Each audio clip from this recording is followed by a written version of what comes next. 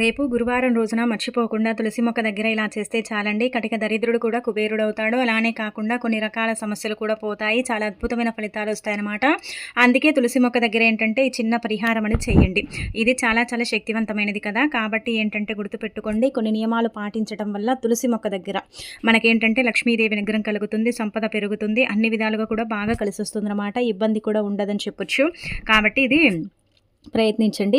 ఇక అలానే కాకుండా రేపేంటంటే గురువారం కదా, చాలా శక్తివంతమైనదండి. ఆషాఢ మాసంలో వచ్చే గురువారాలకు కూడా చాలా శక్తి ఉంటుంది. కాబట్టి రేపు గురువారం పూట ఏంటంటే ముఖ్యంగా మీరు అంటే సాయంత్రం పూట ఈ పరిహారం చేసుకున్నా, లేదంటే ఉదయం పూట చేసినా తప్పకుండా ధనం వస్తుంది. కొన్ని రకాల ఇబ్బందుల నుంచి కూడా బయటపడతారనమాట. తులసి మొక్క లక్ష్మీదేవి రూపంగా భావిస్తారు. కాబట్టి తులసి మొక్కకు అతీత అంటే పవర్ ఉంటుందన్నమాట, శక్తి ఉంటుంది. చాలామంది ఇళ్లలో ఏంటంటే తులసి మొక్క పెట్టే కొద్దీ ఏంటంటే కనుక మరణిస్తూ ఉంటుంది. అయితే మనం మరణించింది అనకూడదండి, నిద్రించింది అనాలన్నమాట.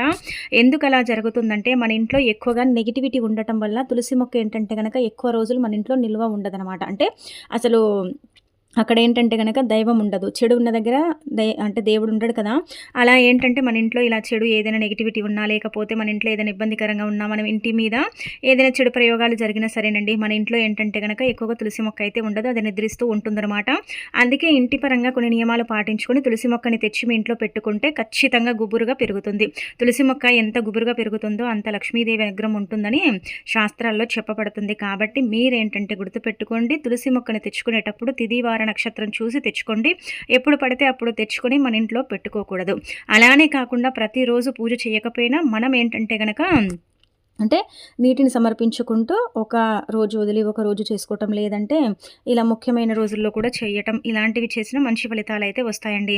అందుకే తులసి మొక్క దగ్గర ఏంటంటే ఇప్పుడు చెప్పే విధంగా ఈ చిన్న పరిహారాలు చేసుకుని మీకుండే సమస్యలు పోగొట్టుకోండి.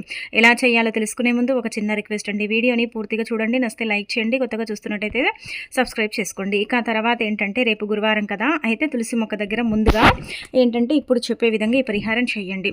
ధనం రావాలన్నా, ఐశ్వర్యం కలగాలన్నా, డబ్బు సమస్య ఏదైతే ఉంటుందో అది తీరాలన్నా సరేనండి, తప్పక చేయాల్సిన పరిహారం అనమాట. అందుకే ఒక రాగి నాణ్యం తీసుకోండి. రాగి నాణ్యం అందరికి అందుబాటులో ఉంటుంది, దొరుకుతుంది. కొంతమందికి దొరకకపోవచ్చు, కానీ ఒకవేళ గనక మీకు రాగి నాణ్యం దొరికితే ఖచ్చితంగా రాగి నాణ్యమే తీసుకోండి.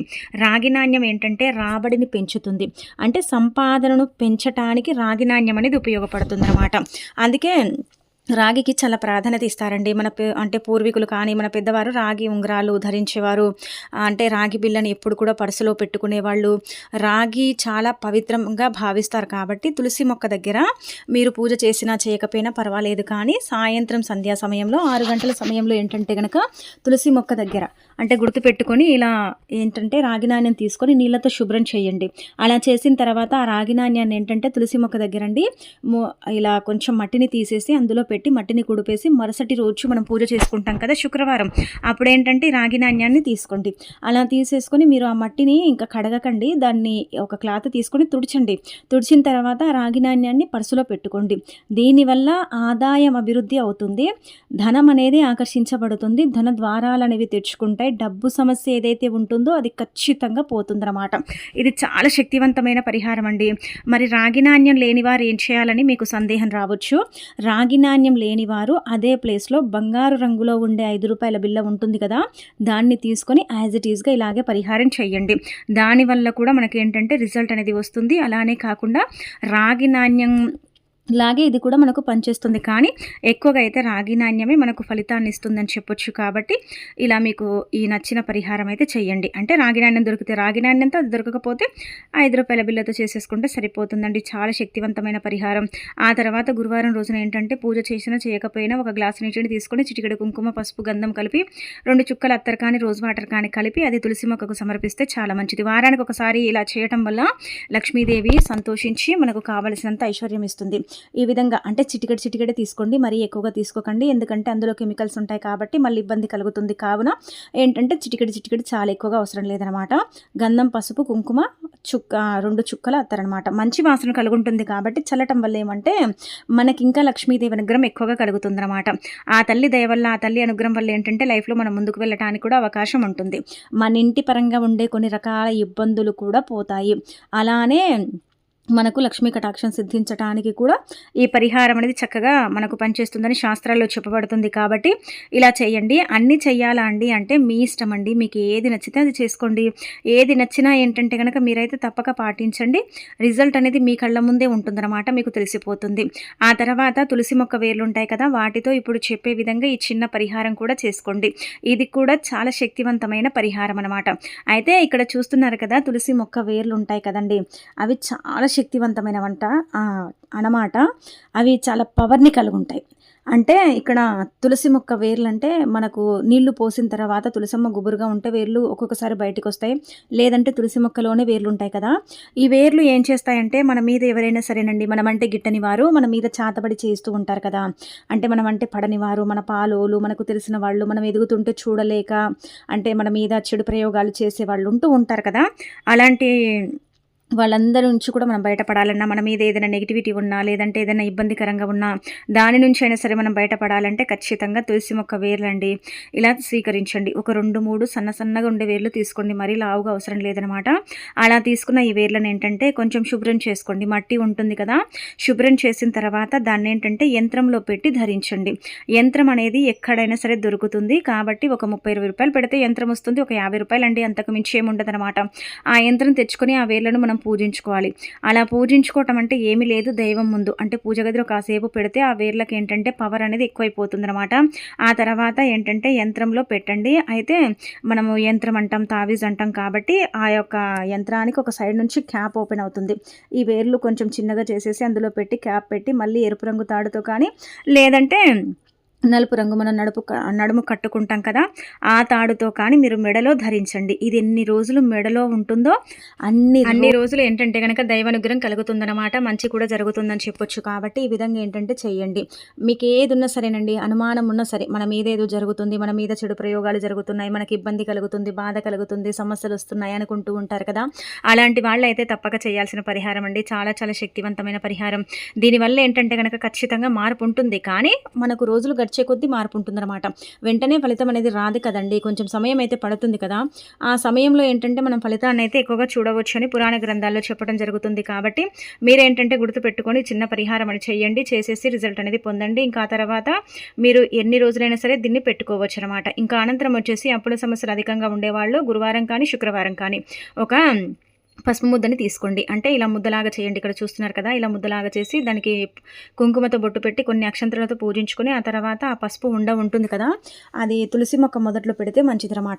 ఎలా పెట్టాలంటే ఒక స్పూన్ అంత పసుపు తీసుకోండి. చిన్న టీ స్పూన్ ఉంటుంది కదా, దాని నిండా పసుపు తీసుకొని అందులో నీళ్లు పోసి ముద్దలాగా చేసి ఆ ముద్దకు బొట్టు పెట్టి ఇంకా కొన్ని అక్షంతలు వేసి ఆ తర్వాత ఏంటంటే దాన్ని మనము అంటే పవిత్రంగా భావించి ఆ పసుపు ముద్ద అంటే ఉంటుంది కదా, దానికి సంకల్పం చెప్పుకోండి. అప్పులు తీరాలి, అప్పులు ఇచ్చే స్థాయికి వెళ్ళాలి, అప్పులు ఉండకూడదు, అప్పుల నుంచి మాకు విముక్తి కలగాలి, మాకు దైవానుగ్రహం కలగాలి, ధనం రావాలి అన్నట్టుగా సంకల్పం చెప్పుకొని మీరు తులసి మొక్క మొదట్లో ఇంకా పాతి పెట్టేయండి. ఒక సైడ్కు మట్టిని తీసి పెట్టండి. అంటే తులసి వేర్లను డ్యామేజ్ చేయకండి. తులసి మొక్క వేర్లను ఏంటంటే కనుక మొత్తం ఇలా చెట్టుని ఏంటంటే కనుక పీకేయకుండా మీరేంటంటే కొంచెమే మట్టిని తీయండి, మరీ లోతుగా కూడా అవసరం లేదు.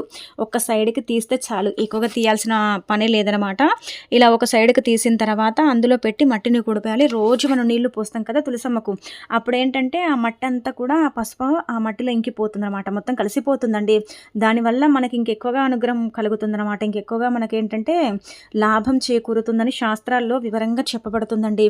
అందుకే మీరు ఇలా తులసి మొక్క దగ్గర ఏంటంటే ఇది ఖచ్చితంగా పాటించండి. ఇది చాలా చాలా శక్తివంతమైన పరిహారం. గురువారం పూట చాలా మంది కూడా చేస్తూ ఉంటారు. పసుపు మంగళకరమైనది, శుభకరమైనది, శుభాలను సూచిస్తుంది, అశుభాలను దూరం చేస్తుంది, అద్భుతమైన ఫలితాలను తెచ్చిపెట్టి మీ జీవితాన్ని మార్చేస్తుంది. మీకేంటంటే కనుక సమస్యలు అనేవి లేకుండా చేయడానికి ఉపయోగపడుతుందండి. అలానే చిన్న చిన్న సమస్యలు కానీ పెద్ద సమస్యలు కానీ ఉంటూ ఉంటాయి కదా, వాటన్నిటి నుంచి కూడా మీరు బయటపడటానికి అయితే తులసి మొక్క వేర్లు అనేవి చక్కగా పనిచేస్తాయని చెప్పొచ్చు. ఇది ఏంటంటే చాలామంది పాటిస్తారు. అప్పుల సమస్యలు ఉన్నాయి అంటే పెద్ద పెద్ద అప్పుల సమస్యలకు పరిష్కారం అయితే లభించదు, కానీ చిన్నవన్నమాట, చాలా చిన్నగా ఉంటూ ఉంటాయి. అలానే కాకుండా మనకు కోట్లల్లో లాభాలు అంటే అప్పులు తీరుతాయని కాదండి. దానికి మించి ఏంటంటే గనక చిన్న చిన్న ఉంటాయి కదా, వాటన్నిటి నుంచి కూడా మనం బయటపడవచ్చు అనమాట. ఆ అప్పుల సమస్యలు తీర్చడానికి ఇది చక్కగా పనిచేసే పరిహారం అండి. మర్చిపోకుండా చేసేసుకొని రిజల్ట్ అనేది పొందండి. మీరు ఎంత నమ్మకంతో చేస్తారో అంతకంత ఫలితం అనేది రావటం అనేది మీరే మీ కళ్ళతో చూడగలుగుతారని చెప్పొచ్చు. ఒక్క రోజుకు పెద్దగా ఫలితం అనిపించకపోవచ్చు, కానీ రోజులు గడిచే కొద్దీ మాత్రం ఖచ్చితంగా మార్పు అనేది ఉంటుందన్నమాట. ఆ మార్పు మనకు కనిపిస్తుంది, ఆ మార్పు మనకు తెలిసిపోతుంది, మనకు అర్థమైపోతుంది అనమాట. ఎంతలా ఫలితం వస్తుందనేది మనం చూడగలుగుతాం, ఎంతలా మనం రిజల్ట్ అనేది పొందుతున్నాం అనేది మనకు అర్థమైపోతుంది. కాబట్టి చేసుకోండి.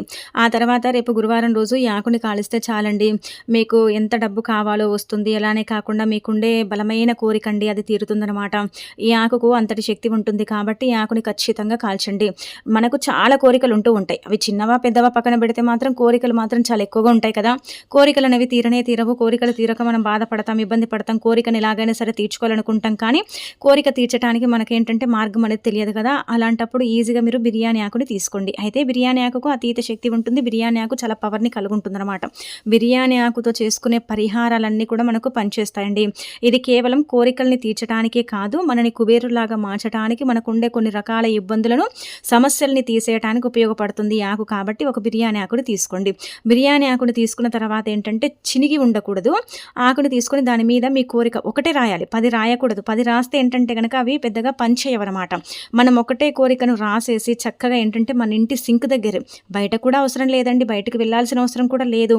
సింక్ దగ్గర ఏంటంటే ఆకు మీద రాయండి కోరిక, బ్లాక్ స్కెచ్ మార్కుతో రాయండి, లేదంటే ఐబ్రో పెన్సిల్ ఉంటుంది కదా దానితో రాయండి. రాసిన తర్వాత గట్టిగా సంకల్పం చెప్పుకోండి. అలా చెప్పేసుకున్న తర్వాత ఈ ఆకుని చేతిలో పట్టుకొని ఇంకా కాల్చండి. అంటే సింక్ దగ్గర మీరు ఏంటంటే చక్కగా కాల్చేయండి. ఇలా కాల్చి ఏంటంటే బూడిద మొత్తం ఆ యొక్క సింకులో పోసేయండి, నీళ్లు పోసేయండి, సరిపోతుంది. మీ కోరిక అనేది 24 గంటల్లో కానీ, లేదంటే 7 రోజుల్లో కానీ, 11 రోజుల్లో కానీ ఇలా తీరే అవకాశం ఉంటుందన్నమాట. మనకు తగ్గట్టుగా మనం కోరికలు కోరుకోవాలి. చదువుకోకపోయినా మనకు ఉద్యోగం కావాలంటే రాదు. అలానే కాకుండా ఏంటంటే కనుక మనకు తగ్గట్టుగా మనం కోరికలు కోరుకుంటే అవి తప్పకుండా పనిచేస్తాయండి. అంటే ఈ ఆకుకు అంతటి శక్తి ఉంటుంది, దైవ అనుగ్రహం, ప్రకృతి అనుగ్రహం. అలానే కాకుండా చాలా పర్ఫెక్ట్గా పనిచేసే పరిహారం. అంటే ఇది ఖచ్చితంగా జరగని పనిని జరిగేలాగా చేయడానికి బిర్యానీ ఆకు అయితే ది బెస్ట్గా పనిచేస్తుంది. దీనివల్ల 99% మేలు జరుగుతుందండి. చాలామంది చేస్తారండి, పెద్ద పెద్ద మునులు, సాధువులు, సిద్ధువులు. అలానే కాకుండా ఎక్కువగా పాటిస్తూ ఉంటారనమాట, ఎక్కువగా చేస్తూ ఉంటారు. కాబట్టి మరి మీరు కూడా పరిపూర్ణ నమ్మకంతో చేసుకోండి. కోరికల్ని తీర్చడానికి ఏదైనా సరే అంటే పదే సమస్య వస్తుంది, తీరుతుంది, కానీ మళ్ళీ అదే సమస్య వచ్చి పడుతుందని బాధపడతారు కదా. అలాంటి వాళ్ళు కూడా ఏంటంటే బిర్యానీ ఆకు మీద ఒక్కసారి రాస్తే చాలా సమస్య వెంటనే పోతుంది. కాల్చాలి, తప్పనిసరిగా కాల్చాలి. కాల్చకపోతే ఏంటంటే కనుక సమస్య పోదు, అది అలాగే ఉంటుందన్నమాట. కాలిస్తేనే మనకు అంతకు ఫలితం వస్తుంది, అంటే అంత ఫలితాన్ని మనం పొందగలుగుతాం. ఒకవేళ కాల్చలేదనుకోండి ఫలితం అయితే రాదనమాట. మనం ఈజీగా కాలిపోతుందండి, అందులో పెద్దగా శ్రమించాల్సిన అవసరం కూడా లేదు. ఇలా అంటే వెలిగిస్తే చాలా అది మొత్తం కాలిపోతుందన్నమాట. అంత మంచి ఫలితం వస్తుందని చెప్పొచ్చండి.